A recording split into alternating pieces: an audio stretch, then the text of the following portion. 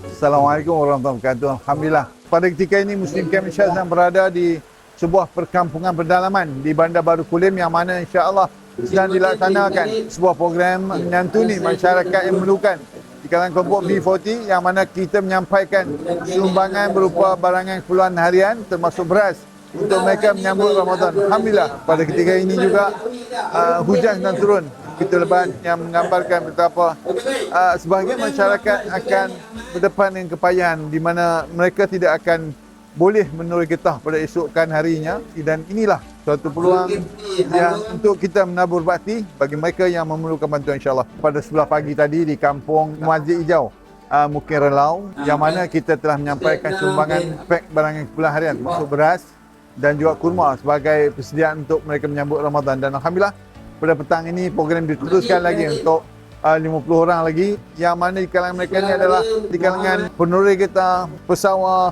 buruh kampung dan sebagainya, dan mereka sangat memerlukan bantuan untuk menyambut Ramadan ini insya-Allah. Sekali lagi Muslim Camp Malaysia mengajak seluruh tuan-tuan dan puan-puan untuk bersama menyumbang bagi menjayakan program bantuan Ramadan, iftar dan sahur insya-Allah. Terima kasih Muslim Camp Malaysia, bantuan Santosi Sepadan. Terima kasih Muslim Camp Malaysia.